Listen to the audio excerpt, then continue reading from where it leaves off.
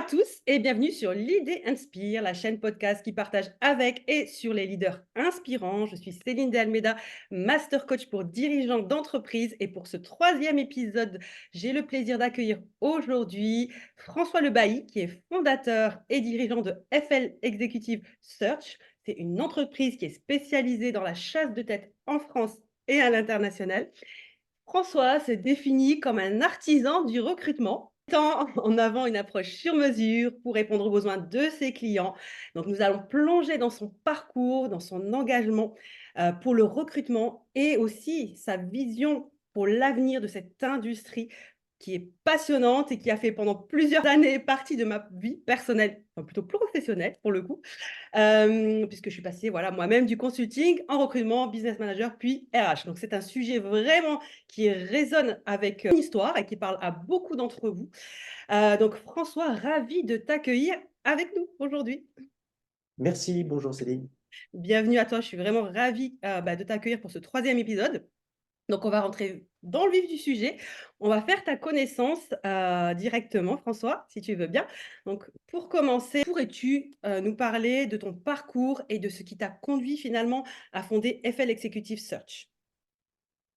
Mon parcours, il est assez simple, bien que assez long maintenant, mais du coup, j'ai toujours travaillé dans les métiers du conseil, en développement international de PME, en organisation et dans le domaine des RH depuis plus de 20 ans maintenant.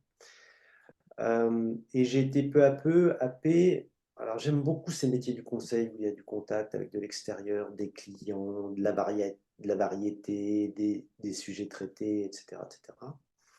Et il y a un métier qui peu à peu m'a attiré, c'est celui du recrutement, au sens large du terme. Donc du coup, j'ai intégré il y a une vingtaine d'années un cabinet qui n'existe plus maintenant, mais qui était un cabinet de chasse de tête du groupe Adecco, qui s'appelait Alexandre Tic. Là, j'ai vraiment appris mon métier et appris à aimer ce métier-là. Voilà.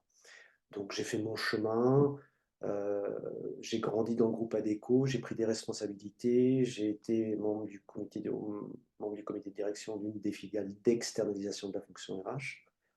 Et au bout de 7 ans, qui est un cycle généralement dans toute carrière, j'en vois 2 par semaine, des cycles de 7 ans, euh, il y a un métier particulièrement qui m'intéressait, c'était celui du recrutement en face à la fois avec les clients et les candidats. Donc j'ai décidé de quitter le groupe Adecco, au grand regret de certains de mes dirigeants, mais bon, c'était comme ça. Et pour rejoindre une petite entité de chasse de tête, mais très rapidement, je me suis aperçu que bah, ce métier, je l'aimais, j'avais fait le constat que ce métier, je l'aimais, je savais comment le faire. J'étais apprécié de mes clients et des candidats, donc je me suis dit, je n'ai plus besoin ni de manager, ni de management intempestif au-dessus de moi, ni d'actionnaires cachés je ne sais où dans le monde pour produire des honoraires tant et plus. Donc j'ai décidé, pour ces raisons-là, de créer ma propre activité il y a 15 ans maintenant. Au mois de mai, là, ça fait juste 15 ans que j'ai créé. Voilà. FL Executive Search, qui, comme tu l'as très très bien résumé, se veut plutôt un cabinet de chasse sur mesure et artisanal. Voilà. Beau. 15 ans, On ça fonctionne sent très bien, on j'en suis très fier. Bah, ouais, mais franchement, c'est ce que j'allais te dire. Tu m'enlèves les mots de la bouche, très clairement, François. Ça se sent que tu es passionné, hein. Honnêtement, je sais pas comment tu es voilà, si tu étais Non, passionné mais au préalable ou si ça s'est venu monter crescendo mais vraiment, ça se sent, en fait. il y a deux choses en fait très importantes, c'est que j'aime ce métier-là. Mmh. Je suis senti attiré par ça, mais il n'y a pas de hasard. Donc j'y suis allé, j'ai aimé, et j'allais dire pour encore plus aimer, il faut le faire à sa façon à soi, quoi. Et pas sous la contrainte d'actionnaire ou de manager. Ça, je l'ai vécu et ça t'empêche d'être bon à 100 dans ton métier. Tu peux être bon à 60-70, mais il y a toujours un petit peu quelque chose qui te gêne, qui t'empêche de faire, ou alors on te demande de faire des choses que tu ne veux pas faire, de façon déontologique ou autre. Et moi, je ne voulais plus faire ça. Donc, il n'y a pas 36 solutions, hein, c'est de... Et puis, deuxièmement, je pense que j'ai un côté aussi un peu entrepreneurial et du coup, créer mon truc, ça me plaisait bien, quoi. Donc c'est ça que tu ressens. Il y a les 2 choses. J'aime mon métier et j'aime le faire comme je l'entends, mais avec le côté entrepreneurial, quoi, voilà. Ça Ce qui est résonne. d'autant plus important aussi pour toucher certains clients. C'est-à-dire que moi, D'accord. tous les jours, alors je l'ai fait aussi dans le groupe Adecco, hein, je gérais une équipe, j'étais responsable d'une business unit avec un compte de résultat et j'étais objectivé sur de la marge. Donc Mmh. tout ça, je l'ai vécu, moi. Donc du coup, ça parle à des prospects et Les ça rodés. parle aussi, à des candidats que je suis censé évaluer, quoi, pour Mmh. présenter à nos clients. Tout ce qu'ils ont vécu en termes de management, responsabilité d'un compte de résultat, développement commercial, tout ça, je l'ai fait, quoi. Et je le vis encore avec ma petite boutique, à une autre échelle, c'est différent. Mmh. Ouais, on sent en tout cas, ce qui résonne vraiment en moi, François, et c'est aussi pour ça que j'ai souhaité, te proposer à toi et pas à un autre, responsable du recrutement qui a créé sa boîte comme tu l'as fait, c'est que tu as ce côté valeur et ça se sent et c'est vraiment quelque chose que, bah, où je te rejoins à 200 et c'est tellement important parce que comme tu l'as dit, il y a beaucoup, hein, forcément de cabinets de recrutement, cabinets de conseil par lequel je suis moi-même passée et on voit qu'il y a forcément de tout, bah, sur le marché et qu'il y a une 10 000 façons finalement de faire du recrutement. Il y a plusieurs façons aussi d'approcher le modèle du recrutement, de véhiculer ses valeurs, sa vision et c'est tellement important finalement dans le temps d'être aligné à qui l'on est et du coup être aligné à ses propres valeurs pour pouvoir vraiment, amener sa touche et finalement, oui, attirer et travailler avec des personnes qui nous ressemblent et ça, c'est ce qui fait toute la différence. Donc je te comprends complètement, bah, dans ton choix d'avoir créé finalement ta propre, oui, ta structure pour, faire la différence et bravo pour ça vraiment. Et du coup, quel a été ton engagement initial pour le recrutement? C'est quoi la première chose qui t'a initialement, mis sur cette voie? C'est la relation humaine, dans son ensemble, c'est-à-dire avoir une personne en face de moi, un homme ou une femme, comprendre ce qu'il aime faire, ce qu'il a envie de faire et de lui trouver en face la bonne opportunité et vice versa pour nos clients maintenant. Alors au départ, je la faisais à l'échelle artisanale dans moi différents métiers du conseil. J'ai toujours mis en relation des gens les uns avec les autres, tout ça, j'aime ça. Et de se dire: «Tiens, ça peut être une bonne opportunité par vous pour vous, allez l'étudier», quoi, voilà. Donc ça part tout simplement de ça et ça m'a jamais quitté, quoi. Je ça fait 20 ans que ça dure. J'aime toujours autant ce métier et ça va loin par rapport à ta question, je vais jusqu'au bout. C'est-à-dire qu'il m'arrive encore maintenant, de temps en temps, de terminer un entretien de face à face ou en visio, en ayant des frissons, c'est un bien grand mot, mais en étant hyper content de l'entretien, en se disant: «OK, c'est le bon ou la bonne candidate» et généralement, je ne me trompe pas et c'est ça qui me fait avancer dans ce métier. Heu, j'aime beaucoup ça et ça rejoint la notion de plaisir qu'on évoquait tout à l'heure, quoi. Je pense que pour être bon dans son job, il faut aimer ce qu'on fait, quoi. Ouais, Voilà clairement. Ouais et puis surtout et pour dire j'aime que ce que tu je le sens. fais. Ouais, non, mais ça Mmh. se sent. C'est vraiment Généralement, c'est ce qu'on me dit et c'est ce que me disent les clients avec qui je mmh. bosse et voilà, c'est très bien comme ça. Ça fait la différence en fait, c'est peut-être justement c'était ta touche de vraiment être habité par, ta mission, bah, qui fait aussi que les gens ont envie de travailler ou de retravailler du coup a avec toi aussi, c'est ça? C'est ta Ouais, différence, c'est ça. c'est ta Ouais, touche ouais et c'est important. et il arrive aussi même, du coup, de beaucoup travailler avec des gens qu'on a recrutés pour les clients. C'est-à-dire que, OK, on a bien aimé votre approche et cetera et du coup, j'aimerais travailler avec vous pour construire mes équipes. Là, je suis encore sur 2 recrutements à l'heure actuelle, c'est des gens qu'on a recrutés nous et qui passent par nous maintenant, pour recruter leurs collaborateurs. Alors je dis «nous» parce que je suis pas tout seul, hein, je travaille en équipe aussi, ça c'est important. Travailler en équipe avec les gens qu'on apprécie, qui ont les mêmes visions que nous du métier, les mêmes valeurs, même si nos valeurs est un peu, déclinées à toutes les sauces à l'heure actuelle, mais C'est surtout vrai, la même vision du métier, la même façon de le faire, quoi. Pour moi, c'est hyper important hyper important, clairement, clairement. et si et que ce soit pour des clients, des prospects ou des entre guillemets «des coéquipiers», si je le Mmh. sens pas, je fais pas. Je suis comme toi. C'est aussi J'ai cet aussi clair instinct, que ça, qui me quoi. dit: «Non, n'y va pas» et c'est Ouais, important d'écouter parce je qu'on a l'intuition est tellement, ouais, avérée finalement que pourquoi ne pas la suivre? C'est que des fois on a tendance à être plus rationnel, mais finalement, ouais. il y a En fait, beaucoup de ça marche pas. Enfin, ouais, en tout cas pour moi, parce que du coup, je viens du métier du conseil en organisation où là, on est hyper oui, rationnel au forcément, il y a sens des choses voilà. qui Donc du coup, au début, j'ai essayé beaucoup de calquer ça et en fait, on se fait mal en faisant ça. Moi, je pense en tout cas en ce qui me concerne, je travaille beaucoup maintenant de plus en plus à l'intuition. OK, ça peut être un gros mot mal vu par certains, mais moi, c'est comme ça que je fonctionne et ça marche. Voilà. ça, je te rejoins. C'est aller là où on se sent attiré, là où on va être le meilleur et là on se dit: «OK, ça va marcher là». Mais pas Mmh. reproduire des schémas qu'on nous impose ou qu'on pense être bien parce qu'on est chez le numéro un mondial du conseil, donc ça doit être comme Ouais, ça. Ah oui, OK, je l'ai vécu, moi, j'ai commencé ma carrière chez le numéro un mondial du conseil. J'ai appris beaucoup de choses qui me servent encore tous les jours, sûr. mais ce qui est valable pour eux est plus valable pour moi maintenant. Voilà, c'est tout. Et puis un homme et une femme, ça se construit, professionnellement, personnellement, et cetera. Et puis plus on avance dans la vie, plus on met des briques qui nous permettent d'être encore peut-être meilleurs, quoi, voilà. En tout cas, moi, c'est ma vision des choses. Clairement, clairement. Du coup, je rebondis sur cette, fameuse accroche artisan du recrutement. Oui. Voilà, c'est comme ça que tu t'es défini sur ton profil LinkedIn en tout cas. Donc peux-tu nous expliquer finalement ce que cela signifie concrètement pour toi et en quoi consiste vraiment, véritablement ton approche sur mesure? Beh, c'est un peu faire le métier, à l'ancienne, c'est-à-dire on revient aux racines de ce métier qui a été créé par les Anglo-Saxons. C'est vraiment, définir un besoin du client très, très précisément. Hem, je vais prendre un autre exemple. Tu as besoin d'acheter un pull ou une robe ou voilà.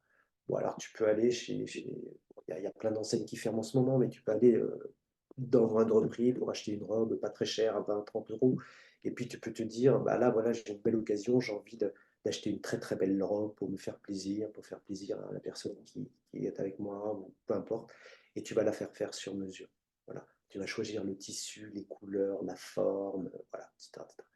Voilà, mais c'est ça un peu la différence que je fais entre notre métier et de bien prendre en compte les besoins du client, partir d'un bon cahier des charges, c'est toujours ce que je dis, pour être sûr de ne pas se tromper après, lorsqu'on va sur le marché, repérer les compétences et vendre une opportunité. Parce que notre métier, c'est aussi ça, c'est vendre une opportunité.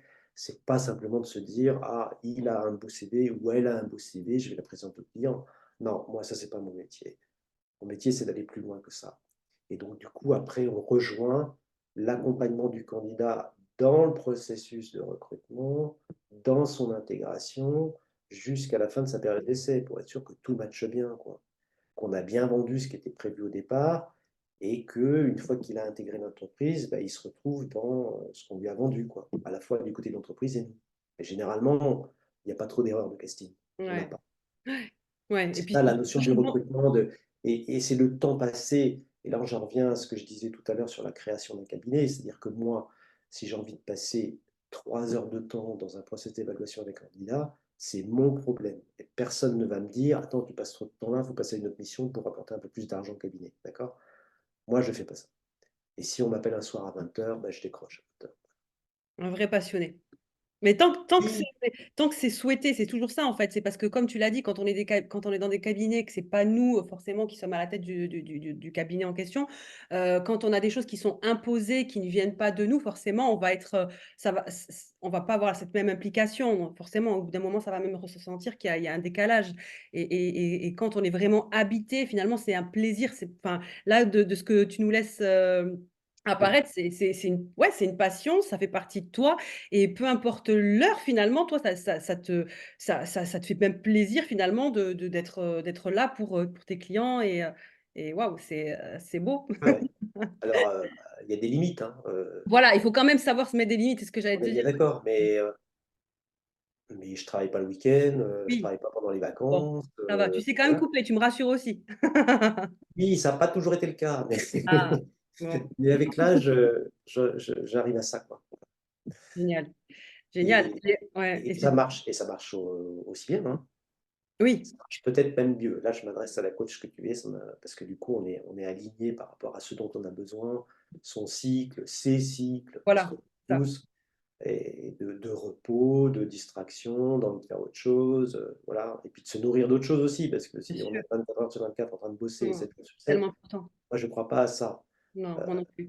ces gens-là s'usent et se détruisent, quoi, voilà donc C'est ça, c'est ce que j'allais dire. L'idée n'est pas de s'user, de se cramer, soi-même, cramer sa santé, bien évidemment. C'est, OK, c'est un métier passion où on est, à 100 mais il faut aussi savoir couper quand il le faut. Il faut savoir faire autre chose, vivre autre chose, parce que l'être humain forcément dans son entièreté, dans sa complexité aussi, a besoin d'être nourri par, différentes, bah, oui, de différentes manières, de différentes façons et c'est tellement important pour se sentir vraiment, bah, épanoui dans tous les domaines de vie.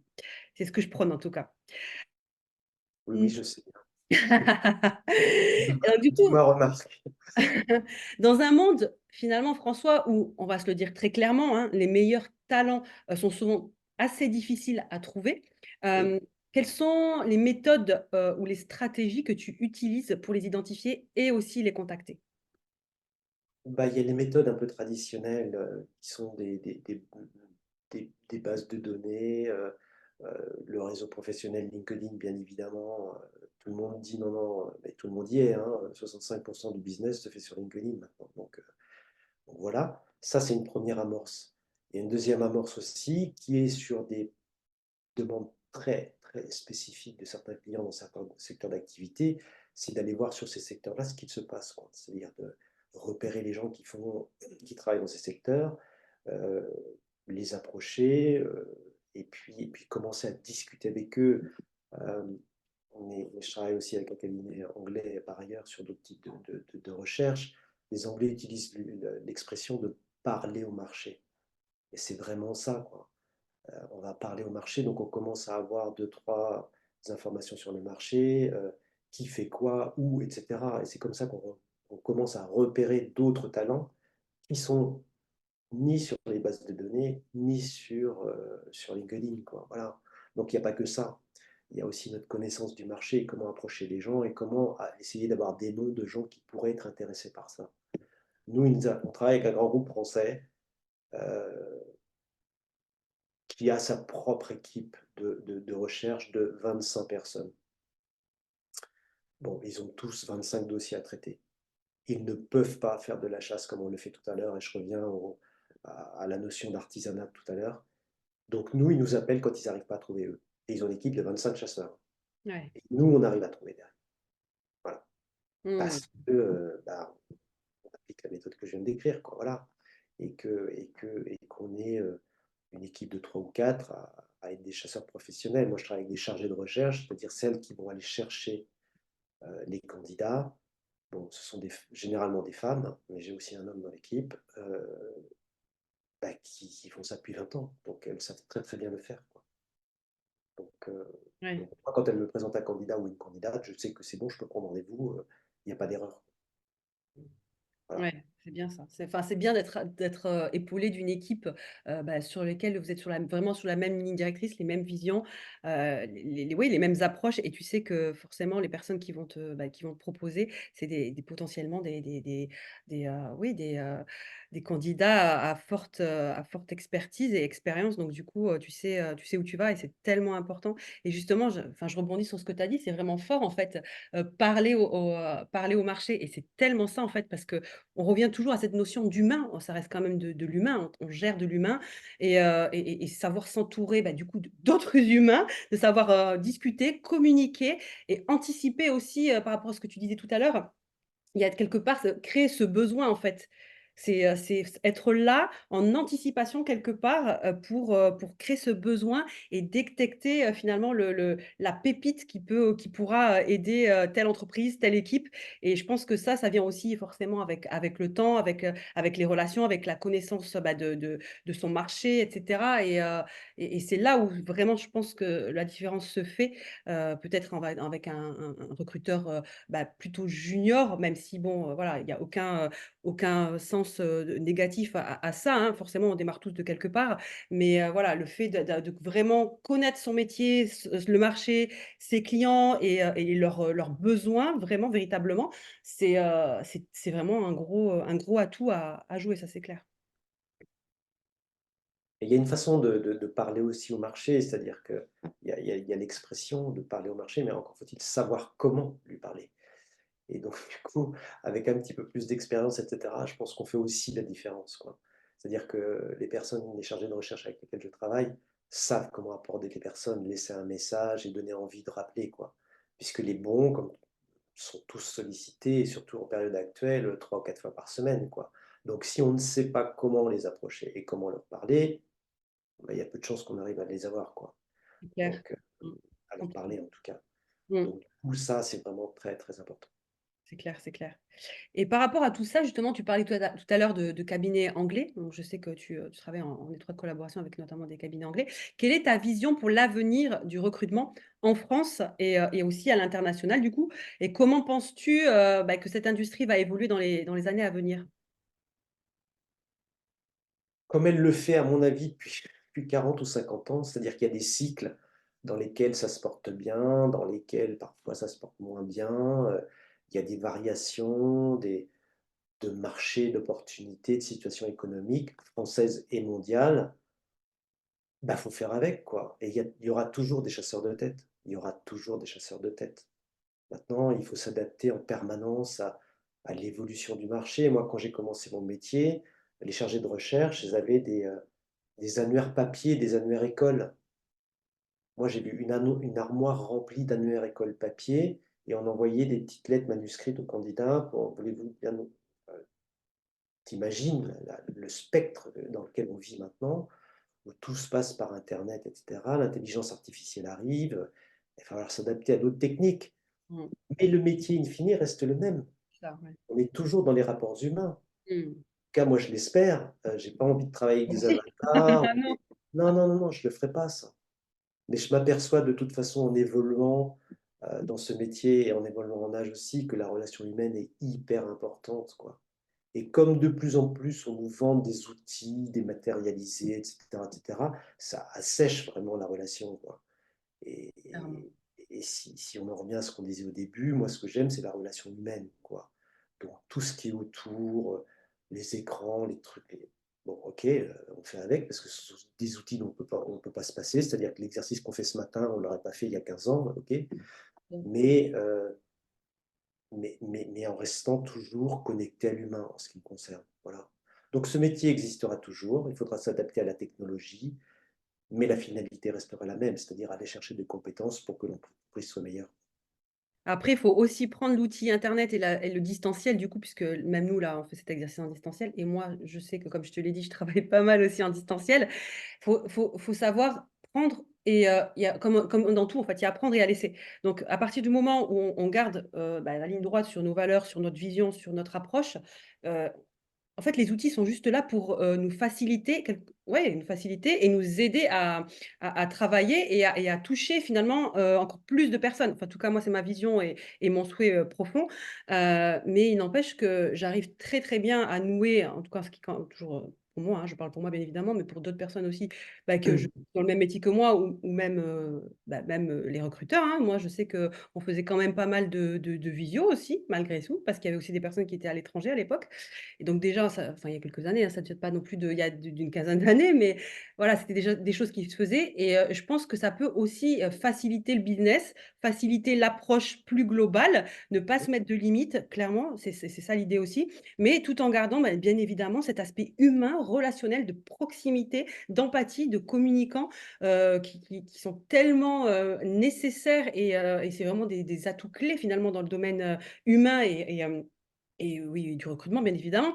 Donc ça, c'est des choses qu'il faut quand même garder. Il faut quand même garder cette proximité, mais il faut pas non plus se laisser à contrario, déborder vers le côté trop, bah, IA, ChatGPT. OK, ça, c'est des outils, que tout le monde peut utiliser, même en entreprise, c'est des choses bah, qui sont quand même utilisées aussi, enfin dans certaines entreprises en tout cas.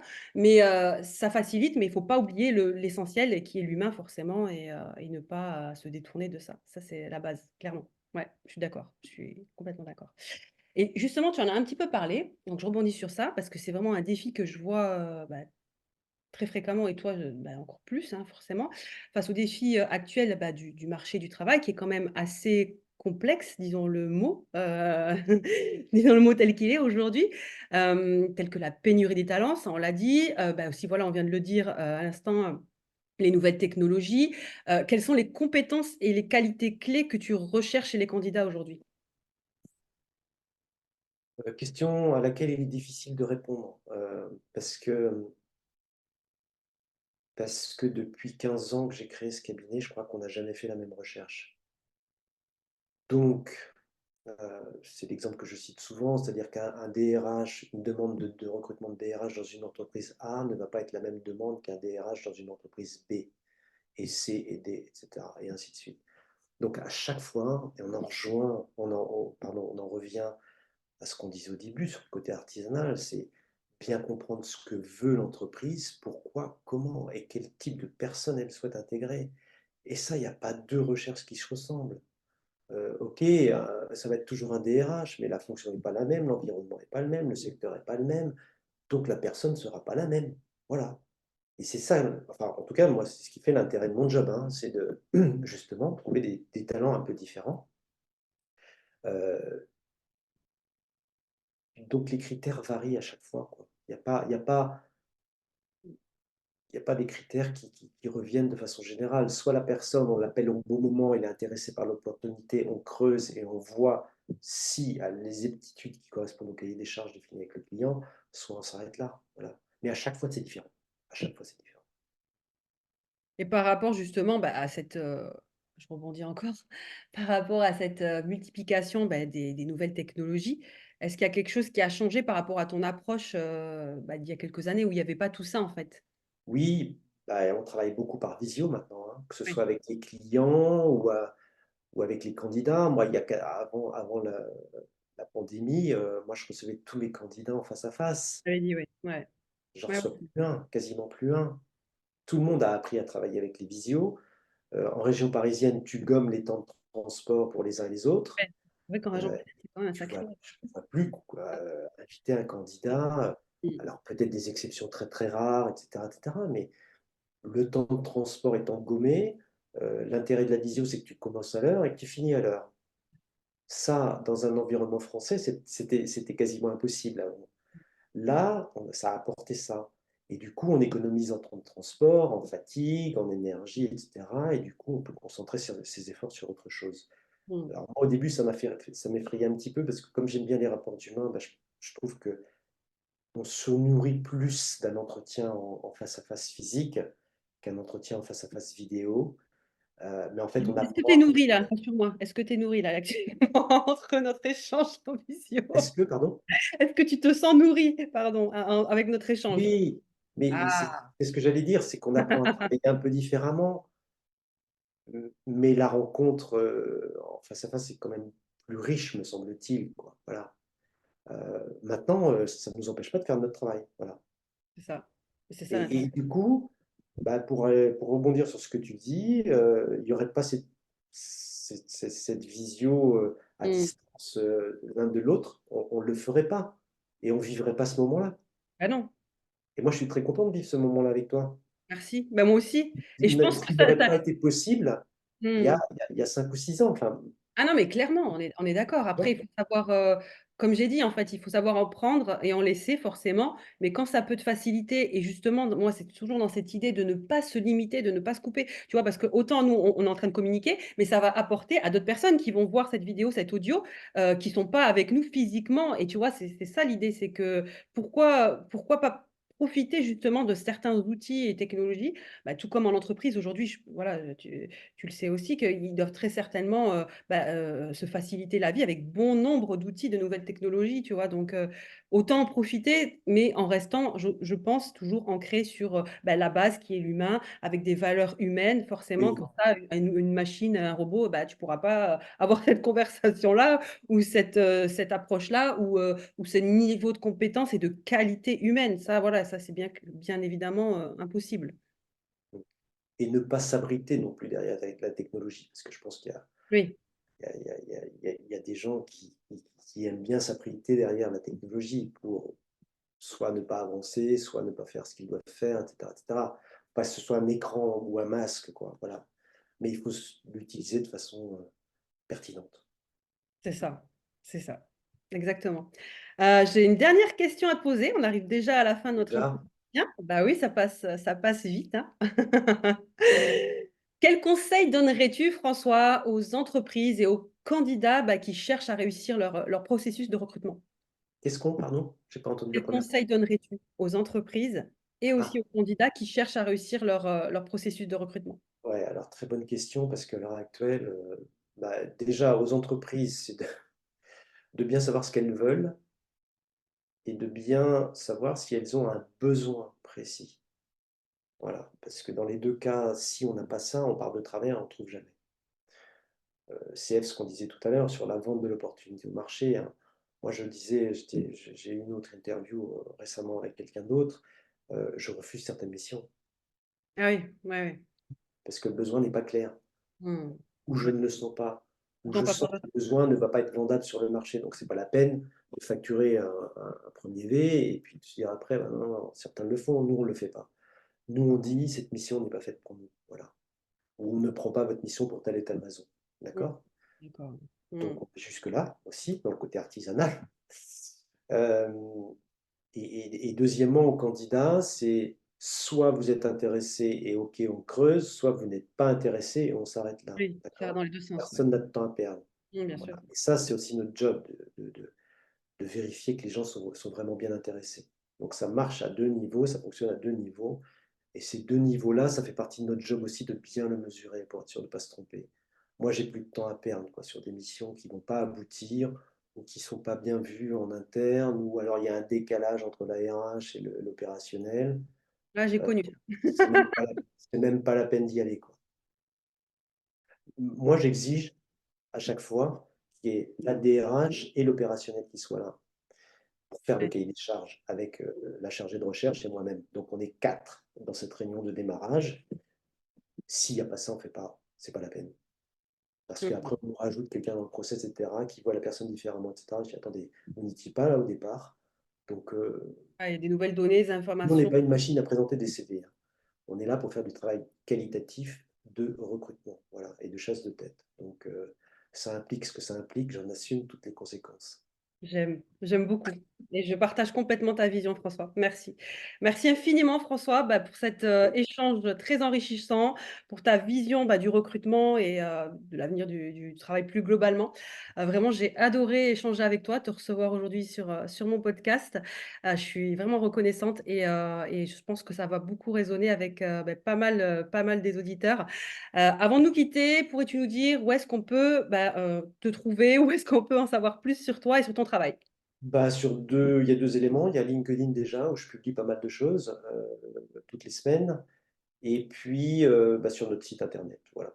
Donc vous avez toutes mes coordonnées pour me joindre et aller Je plus mettrai ton contact sur, en avant dans la discussion. Voilà. super, super. Bah, bravo, bravo et merci vraiment pour Merci, cet échange, Céline. François, c'était un vrai plaisir et puis, bah, on se dit à bientôt, en tout cas sur LinkedIn et puis très bonne, fin de journée à toi et puis un grand plaisir. Merci. Merci À à toi toi. aussi. À bientôt.